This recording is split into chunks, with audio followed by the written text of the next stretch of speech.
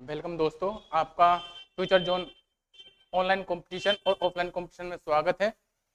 आज हम हमारी ये संस्कृत की पहली क्लास है, तो हम बिल्कुल इसको जीरो से स्टार्ट करेंगे।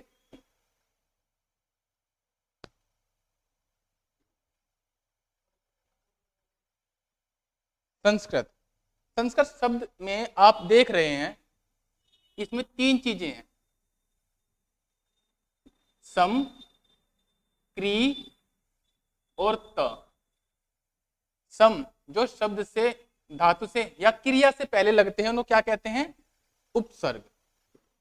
तो संस्कृत शब्द की उत्पत्ति या संस्कृत शब्द जो मिलकर बनाया हो, तीन चीजों से मिलकर बनाया है: उपसर्ग से, धातु से और तय मतलब कत प्रत्यय से, जिसमें बाद में आपका तय बचता है। संस्कृत शब्द तीन शब्द की जो बना है: उपसर्ग से, धातु से और कत प्रत्यय से। उपसर्गों की संख्या संस्कृत में कितनी है? 22। कितनी है संख्या संस्कृत में उपसर्गों की? 22। जो धातु से पहले लिखे जाएंगे या आएंगे, उन शब्दों क्या कहते हैं? हम उपसर्ग कहते हैं। धातु लगभग लगभग हमारी कितनी है संस्कृत में? 2000। कितनी है? 2000। और जो प्रत्यय है, उनकी कोई निश्चित संख्या नहीं है कि वे कितनी संख्या के हैं। बस हमें ये ध्यान रखना है, उपसर्गों की निश्चित संख्या होती है, वो लगभग कितनी, निश्चित संख्या कितनी है? 22। धातु कितनी है? लगभग 2000। अगर आपसे पूछा जाएगा लगभग कितना है, तो 2000 ही आपको आंसर देना है।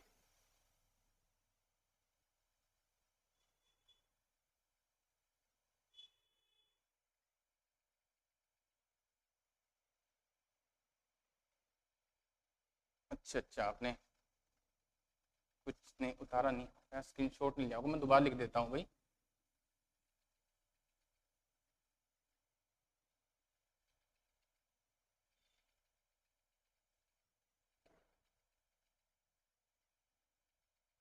ठीक है, एक बस का स्क्रीनशॉट ले लो।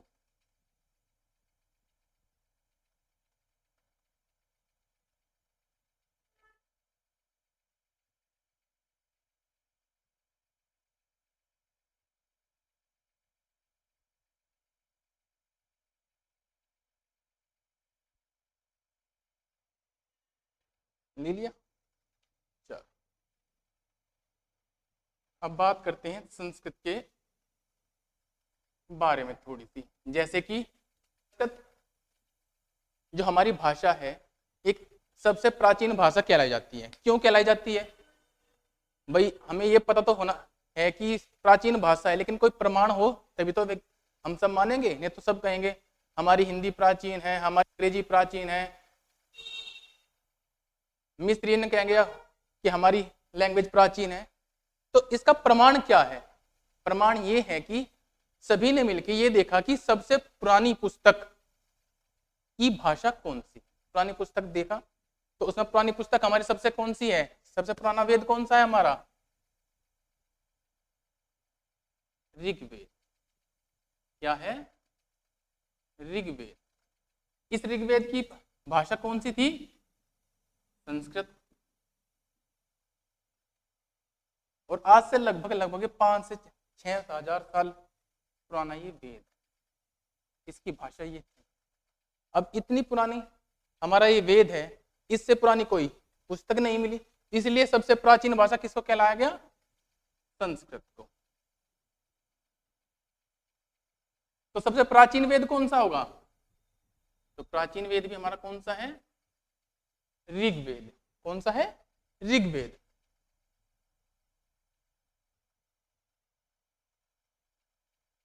संस्कृत को ही हम जननी भी कहते हैं सभी भाषाओं की। कारण क्योंकि इसके कुछ ना कुछ शब्द आपको अलग अलग भाषाओं में जरूर मिलते हैं। हमारी हिंदी भी इसी से बनी है, ब्राह्मी भी जो लिपि है, ब्राह्मी लिपि, खरोष्टी, ये सभी इनकी जननी कौन है? संस्कृत भाषा है।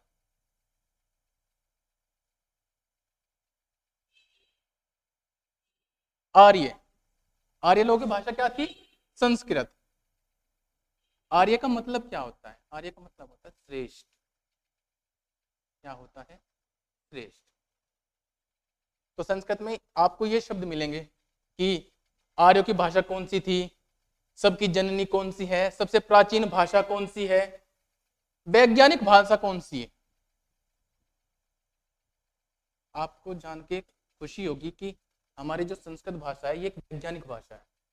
कंप्यूटर में जो असेंबली लैंग्वेज यूज की जाती है उसमें भी अगर प्रमाणिकता मिली है तो संस्कृत भाषा को मिली है, क्योंकि सबसे अच्छी और वैज्ञानिक भाषा कौन सी है? संस्कृत भाषा है। कभी कभी यूपी टेट में ये पूछते हैं गीवाण वाणी, गीवाण वाणी, या एक और पूछ लेते हैं देववाणी।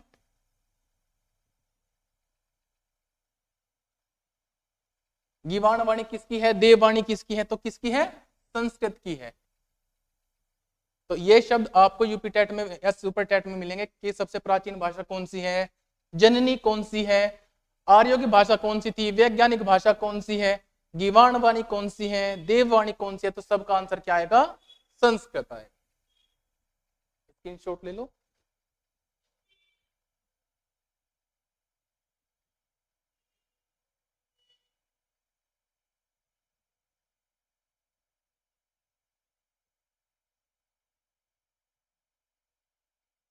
ये तो था संस्कृत के बारे में थोड़ा सा कि संस्कृत को कहते क्या है, किन किन शब्दों से हैं। संस्कृत के दो पार्ट,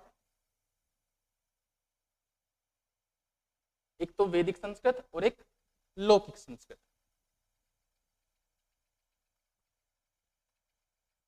आज हम थोड़ा सा वैदिक संस्कृत के बारे में पढ़ें।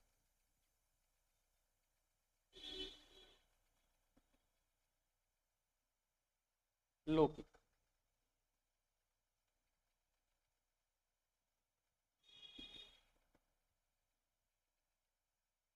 वैदिक संस्कृत और लौकिक संस्कृत।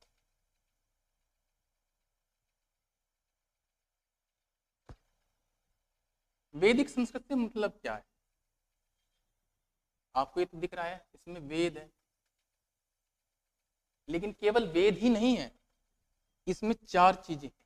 पहला है वेद, दूसरा है ब्राह्मण, ये ब्राह्मण भी वेद है, ये वेद वाले ब्राह्मण नहीं है। तीसरा अरण्यक,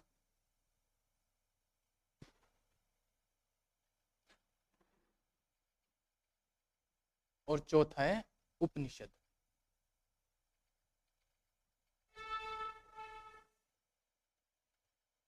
इन चारों के मिलने पे ही वैदिक संस्कृत बनता है। अब वैदिक संस्कृत से यहाँ क्या समझ में आता है? आप समझ देख, जिसमें वेद हो, ब्राह्मण, अरण्यक, उपनिषद, इन चारों के मिलने से ही आपका वैदिक संस्कृत साहित्य बनता है। क्या बनता है? वैदिक संस्कृत साहित्य। आज हम थोड़ा सा जो पोर्शन बहुत कम लोग पढ़ाते हैं उसको कर रहे हैं क्लियर। ये ज्यादा के नहीं, 2 या 3 नंबर का आता है और ये पढ़ाया कम जाता है, इसलिए सोच रहे हैं कि भाई जो भी नंबर हम गेन कर सके वो तो पढ़ाएंगे, जो पढ़ा इसका दूसरा पोर्शन है इसके बारे में बहुत कम लोग पढ़ाते हैं। इसीलिए एक पहली क्लास संस्कृत की थोड़ी सी नॉलेज सी दे दी जाए और हमें पता चल जाए कौन कौन से सवाल पूछे जाते हैं जो हम छोड़ने के उसमें रहते हैं कि भाई ये सवाल छोड़ो। जैसे वेद है, वेद संस्कृत में कौन कौन से आते हैं? इन चारों के मिलने से वेद, ब्राह्मण, अरण्यक, उपनिषद, इनके मिलने से क्या बनेगा? वैदिक संस्कृत साहित्य बनेगा। लौकिक में क्या आएगा? जो लोगों के द्वारा प्रचलित हुआ है। लौकिक में क्या आता है? लोगों के द्वारा प्रचलित संस्कृत। दो संस्कृत का मतलब ये नहीं है कि अलग अलग भाषा, ये है वेदों की संस्कृत, परिनिष्ठ, बिल्कुल आपकी शुद्ध। इसमें क्या क्या? लोगों के द्वारा बोली जाने वाली संस्कृत। जैसे हम हिंदी बोलते हैं, अगर हम हिंदी देख, शुद्ध साहित्यिक हिंदी खड़ी बोली, आपके संस्कृत की भाषा मतलब हिंदी की भाषा बिल्कुल ऐसी मिलेगी, लेकिन जब हम उसको बोलते हैं हमने देश शब्द, आगत शब्द, बहुत सारे शब्द ऐसे बोलते हैं जिससे हमारी वो लौकिक हिंदी हो जाती है, लोगों के द्वारा जो लोगों में प्रचलन है। इसी तरह लौकिक संस्कृत क्या है? जो लोगों के द्वारा प्रचलित हुई है। वैदिक संस्कृत क्या है? जो वेदों में है, ब्राह्मण में, उसमें है, अरण्यक में है, उपनिषद में है। अच्छा ये कितने हैं हमारे वेद, कितने हैं वेद हैं हमारे 4। कितने हैं 4। इसका ले लीजिए, इसके बाद क्या कराते हैं।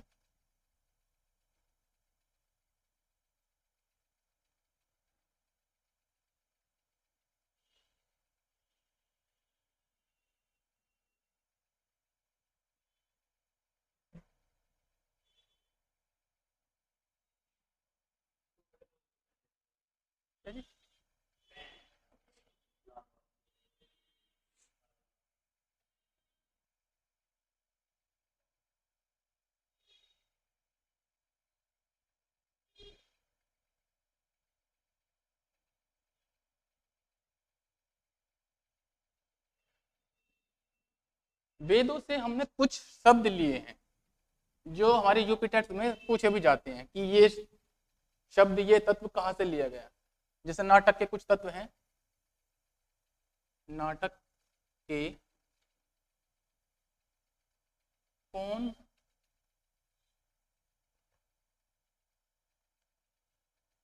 कौन से तत्व वेदों से लिए गए हैं।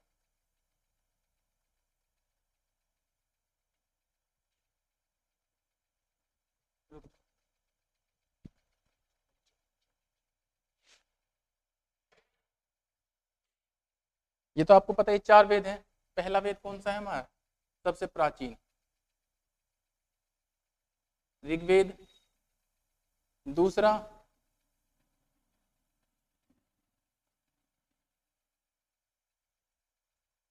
यजुर्वेद। तीसरा सामवेद। और चौथा अथर्ववेद।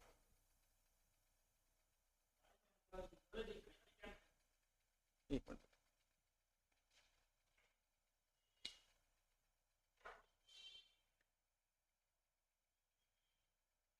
ऋग्वेद से कौन कौन से संवाद लिए, कौन कौन से तत्व लिए गए हैं नाटक के लिए।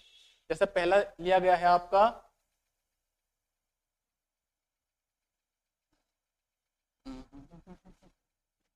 पाठ्य। दूसरा लिया है संवाद। और तीसरा क्या लिया है, कथोपकथन।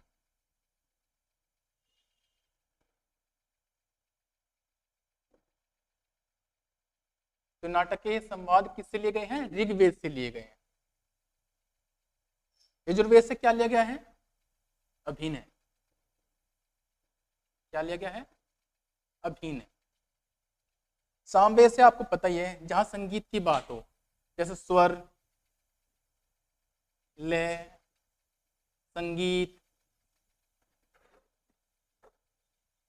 तो ये किसकी बात करेंगे, सामवेद से बात करेंगे।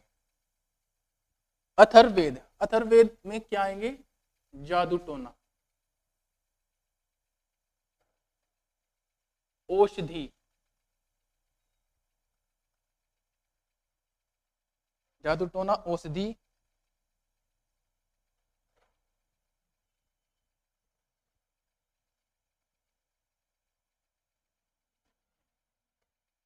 कृषि,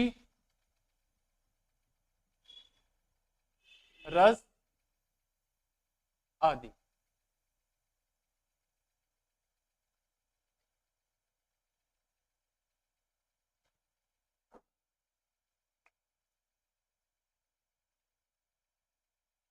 एक मिनट में दोबारा लिख देता हूँ यहाँ से भाई।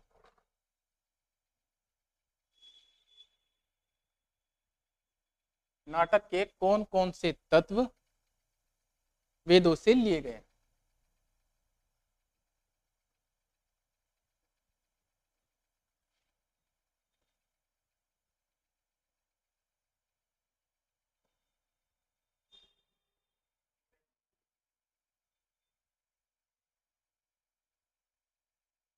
यूपी टेट में आपसे सीधा सवाल ऐसे पूछते हैं, सुपर टेट में सीधा सवाल ये पूछते हैं कि बताइए कथोपकथन किस वेद से लिया गया है।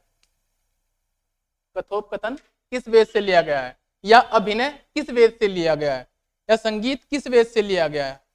जादू टोना का आपको पता होगा, लय स्वर संगीत के बारे में आपको पता होगा, लेकिन अभिनय किससे लिया गया है, पाठ्य किससे लिया गया है, संवाद किससे लिया गया है, इनका आपको शायद नहीं पता होगा। इनको नोट कर लीजिए और स्क्रीनशॉट ले लीजिए इसका।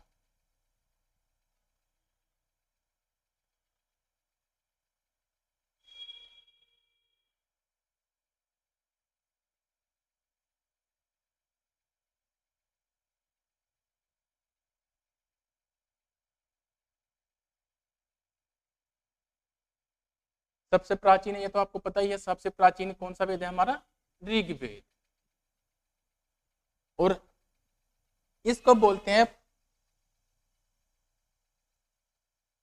अर्वाचीन, ये भी नोट कर लीजिए, अर्वाचीन। प्राचीन हमारा ये है ऋग्वेद, अर्वाचीन कौन सा है, अथर्ववेद। अर्वाचीन कौन सा है, अथर्ववेद।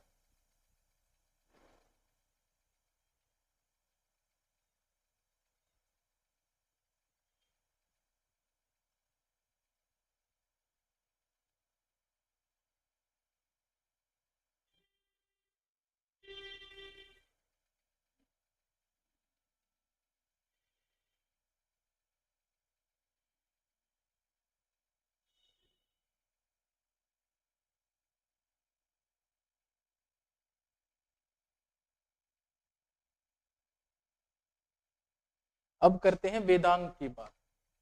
वेदों की बात हो चुकी है। वेद कितने हमारे, 4 हैं। सबसे प्राचीन वेद कौन सा है, ऋग्वेद है। फिर कौन सा है, यजुर्वेद है। फिर सामवेद, फिर अथर्ववेद। ऋग्वेद में कौन कौन से नाटक संवाद, नाटक से कौन कौन से तत्व लिए गए हैं, पाठ्य लिया गया है, संवाद लिया गया है, कथोपकथन लिया गया है। यजुर्वेद से अभिनय लिया गया है। सामवेद से आपका स्वर, संगीत, लय, इस तरह के शब्द लिए गए हैं। अथर्ववेद में क्या लिया गया है, जादू टोना, औषधि, कृषि, रस आदि। अब हम करते हैं वेदांग की बात, वेदों के अंगों की बात। और वैदिक संस्कृत में आपका इससे ज्यादा नहीं पूछा जाता, तो थोड़ा बहुत पूछा जाता होगा फिर भी बता दूंगा आपको। वेदांग, आपसे सीधा सवाल पूछ जाएगा कि वेदांग कितने हैं संस्कृत में।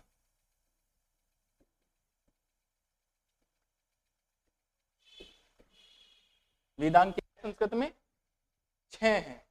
कितने हैं, 6।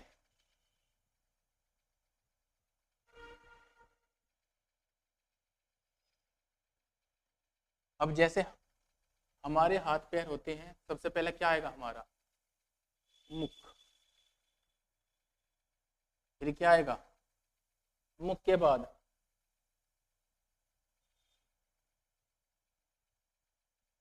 हस्त, हाथ। फिर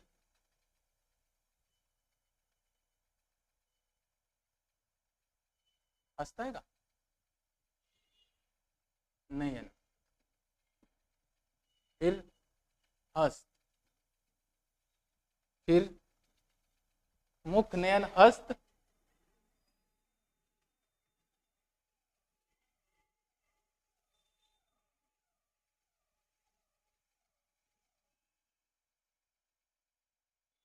घ्राण, नासिका, नासिका।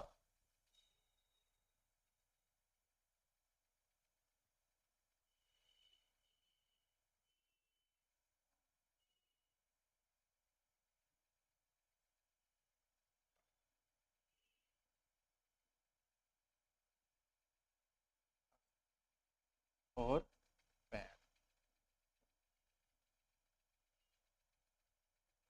इनके शब्द भी लिख लीजिए, कौन कौन से शब्द इनको बोले जाते हैं।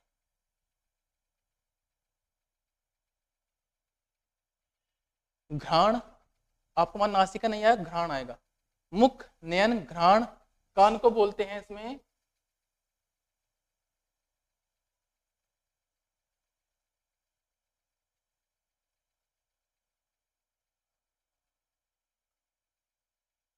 निरुक्त।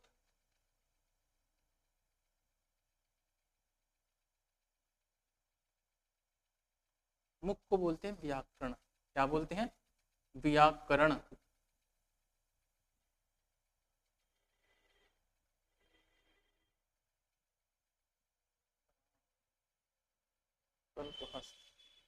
मैं लिख देता हूँ पहले एक बार। अल्फबार को बोलते हैं छंद, पैर को छंद बोलते हैं। इसी तरह आपको याद करने, एक बार देखने के बाद इसको याद कराता हूँ मैं आपको।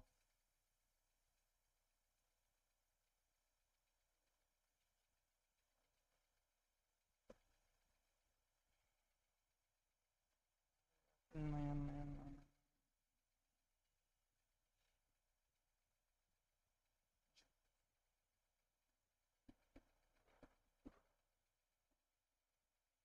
ज्योतिष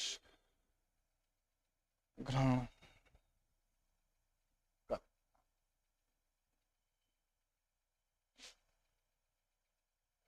क्या क्या बोलते हैं? व्याकरण सबसे पहला हमारा क्या आएगा? शरीर का अंग कौन सा आएगा? तो वेद का अंग कौन सा है? मुख। मुख से हम बोल देंगे, क्या बोलेंगे? संस्कृत बोलेंगे। तो संस्कृत में क्या आएगा? व्याकरण।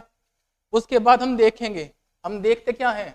किसी का भविष्य देखते हैं, तो उससे क्या गया? ज्योतिष। उसके बाद घ्राण, नासिका, उससे क्या बनेगा? कल्प। कान, निरुक्त। हस्त, ये कल्प लिख दिया एक में।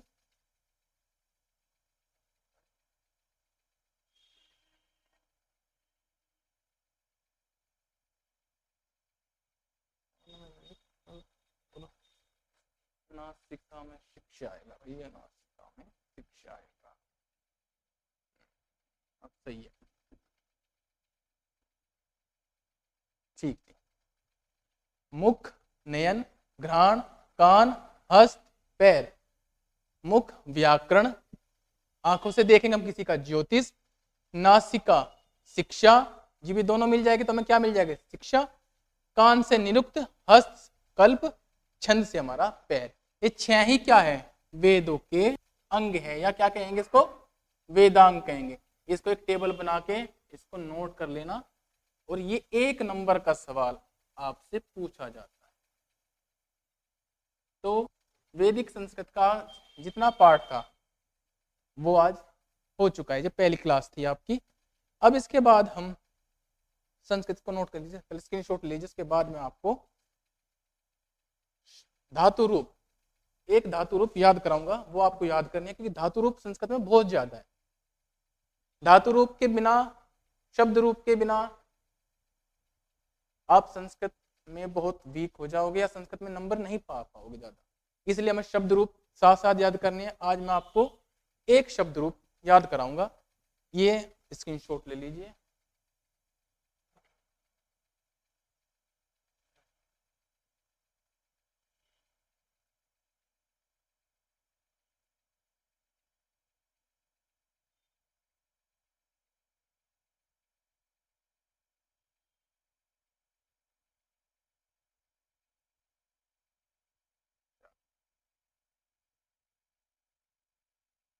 कोई भी शब्द या कोई भी नाम, संज्ञा,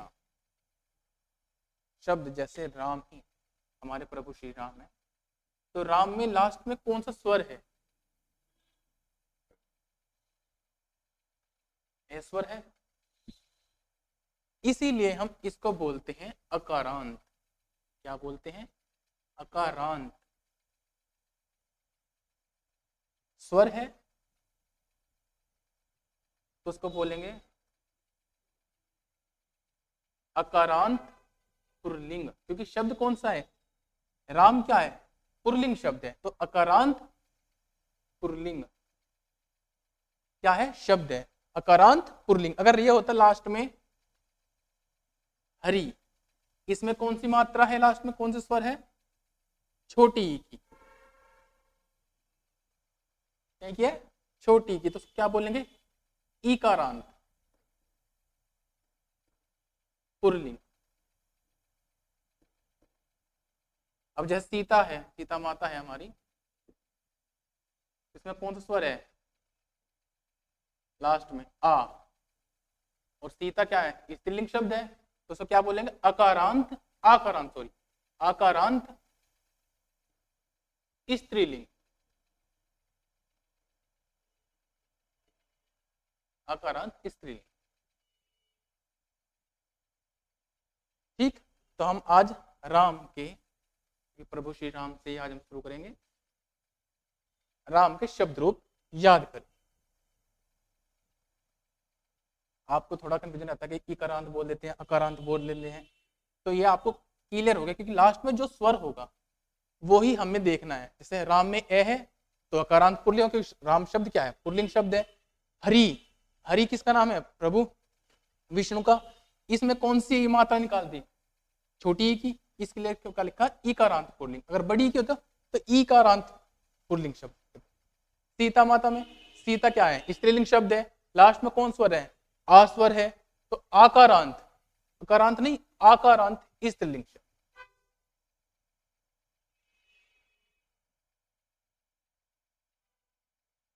हम जो राम के रूप है वो एक बार की में पूरा का पूरा याद करें।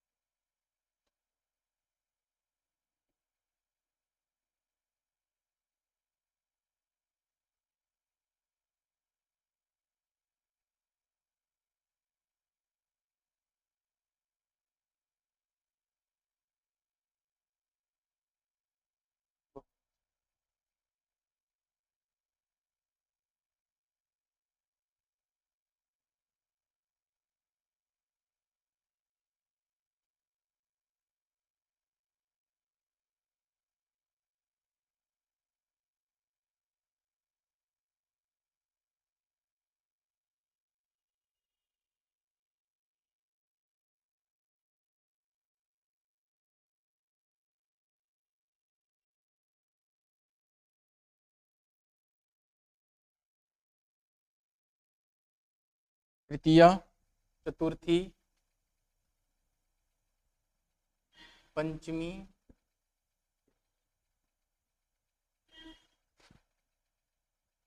षष्ठी,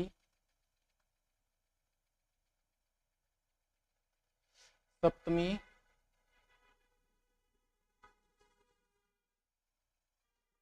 और संबोधन।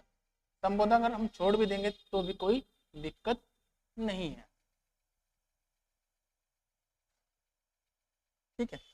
प्रथमा, राम की प्रथमा क्या है, हम ऐसे याद करेंगे।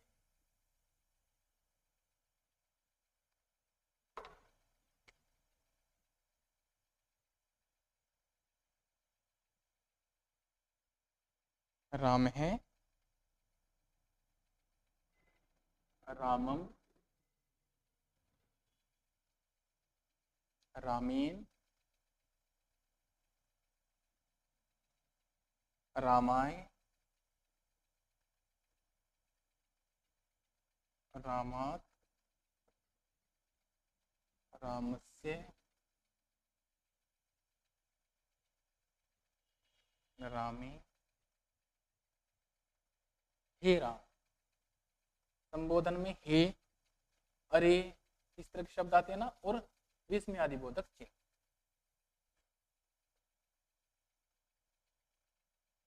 तो हम एक बार में आपके पूरे एक वचन की शब्द रूप जितनी विभक्ति है साथ साथ याद करते चलेंगे। नीचे का वाला आपको दिख नहीं रहा है, वैसे नीचे वाला क्या लिखा हुआ है, हे राम।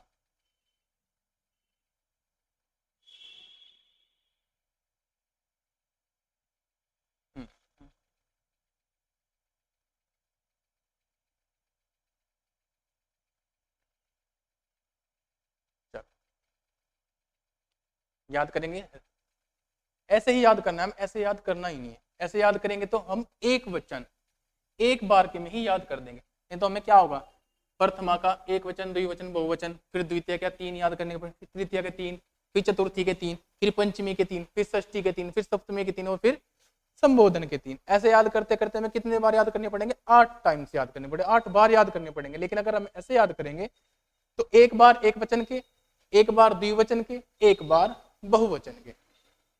शब्द रूप राम के स्टार्ट करते हैं। राम के प्रथमा में क्या है, राम है, जब विसर्ग है लगता है तो उसमें कहीं की ध्वनि आती है की। रामम, रामेन, रामाय, रामात, रामस्य, रामे, हे राम।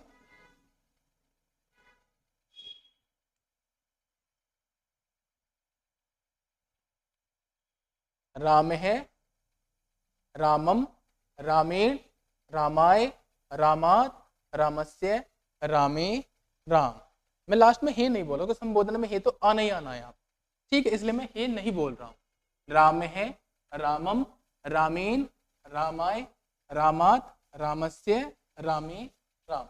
आपको मेरे साथ बोलना है, जैसे आप मेरे साथ बोलेंगे आपके और ज्यादा याद होगा। राम है, रामम, रामेन, रामाय, रामात, रामस्य, रामे, राम। राम है, रामम, रामेन, रामाय, रामात, रामस्य, रामे, राम। अब दो दो के पेयर में बोलेंगे। राम है, रामम, रामेन, रामाय, रामात, रामस्य, रामे, हे राम। राम है, रामम, रामेन, रामाय, रामात, रामस्य, रामे, हे राम। राम है, रामम, रामेन, रामाय, रामात, रामस्य, रामे, हे राम। अब जब आप इसको ऐसे बोलोगे, हर एक को, एक लाइन को 5-5 बार जब आप बोलोगे तो आपके इसी सीक्वेंस में याद हो जाएंगे। आपको फिर पता भी चल जाएगा चतुर्थी में क्या आता है, पंचमी में क्या आएगा। नहीं तो आप ऐसे याद करोगे तो आपको सारा याद करना पड़ेगा। ऐसे एक वचन की पूरी एक लाइन आपको एक बार के में याद करनी। अब ऐसे याद करें। राम है, रामम, रामेण, रामाय, रामात, रामस्य, रामे, हे राम। राम है, रामम, रामेण, रामाय, रामात, रामस्य, रामे, हे राम। राम है, रामम, रामेण, रामाय, रामात, रामस्य, रामे, हे राम। राम है, रामम, रामेण, रामाय, रामात, रामस्य, रामे, हे राम। राम है, रामम, रामेण, रामाय, रामात, रामस्य, रामे, हे राम। ऐसे आपको 5 बार याद करना है। डेली आप 5 बार इसको रिवाइज कर दो, आपके शब्द रूप अगले 5-7 दिन में बहुत सारे याद हो जाएंगे। और केवल राम के याद करने से आपको कौन कौन से याद हो जाएंगे? जिसके भी लास्ट में अकारांत, अभी बताया था ना मैंने, अकारांत, अकारांत पुल्लिंग शब्द वाले सारे याद हो जाएंगे। आपको अलग से कुछ भी याद नहीं करना है। अकारांत पुल्लिंग जैसे राम हो गया, राम तो है ही, बालक और श्याम और मेरा नाम ले लो सचिन। तो ये सारे जितने भी अकारांत पुल्लिंग शब्द है, अकारांत पुल्लिंग शब्द सारे सारे ऐसे याद हो जाएंगे। अब बालक का देखते हैं। तो राम में विसर्ग है तो क्या आ जाएगा? बालक है, बालकम, बालकेन, बालकाय, बालकात, बालकस्य, बालके, बालक। ऐसे ही श्याम में श्याम है, श्यामम, श्यामेण, श्यामाय, श्यामात, श्यामस्य, श्यामे, श्याम। ऐसे ही आपके राम के होते हैं जितने भी अकारांत पुल्लिंग शब्द हैं वे सारे आपके सेम ही बनेंगे। तो आपके केवल अकारांत पुल्लिंग शब्द कौन सा याद किया? केवल राम का। और आपके कितने हो गए? राम के जितने भी अकारांत पुल्लिंग शब्द हैं वे सब अकारांत पुल्लिंग शब्द जितने भी हैं सारे याद हो गए। तो याद कैसे करने हैं? राम में है, रामम, रामेन, रामाय, रामात, रामस्य, रामे, राम। राम है, रामम, रामेन, रामाय, राम है, रामम, रामेन, रामात, रामस्य, रामे, हे राम। रामात, रामस्य, रामे, हे राम। राम है, रामम, रामेन, रामाय, राम है, रामम, रामेन, रामात, रामस्य, रामे, हे राम। रामात, रामस्य, रामे, हे राम। ऐसे आपको कोई से भी उसमें एक लाइन डेली 5 बार आपको याद करनी है। अब द्विवचन की देखते हैं। द्विवचन में क्या है? द्विवचन तो बहुत आसान है। रामौ, रामौ, रामाभ्याम, रामाभ्याम, रामाभ्याम, रामयोः, रामयोः, रामयोः, हे रामौ।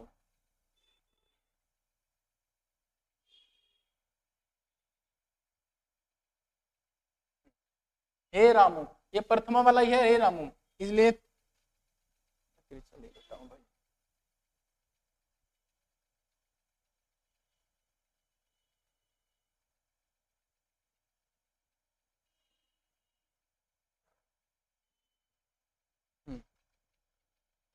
रामौ रामौ रामाभ्याम रामाभ्याम रामाभ्याम रामयहु रामयो हे रामौ, रामौ रामौ रामाभ्याम रामाभ्याम रामाभ्याम रामयो रामयो हे रामौ।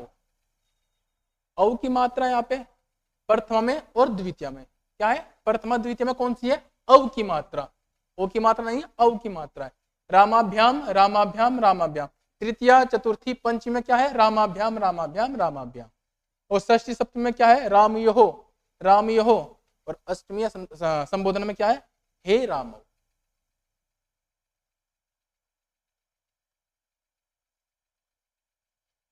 और बहुवचन के अब लिख लेते हैं, थोड़ा सा बहुवचन के, रामः रामः अकारांत है लेकिन बाद में विसर्ग है तो हा की ध्वनि आएगी, रामः रामान रामई रामई रामेभ्य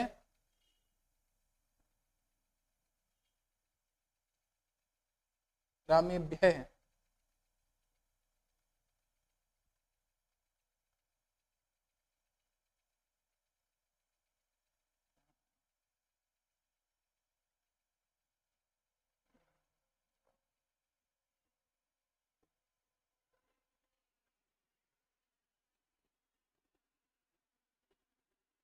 रामानाम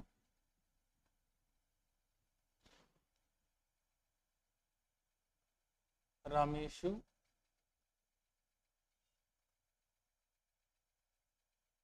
हे राम।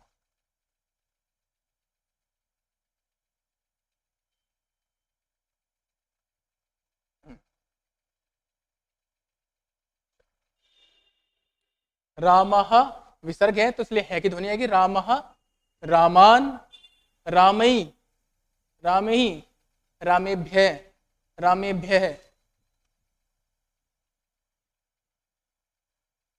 रामेभ्य रामेभ्य रामानाम रामेशु हे रामा।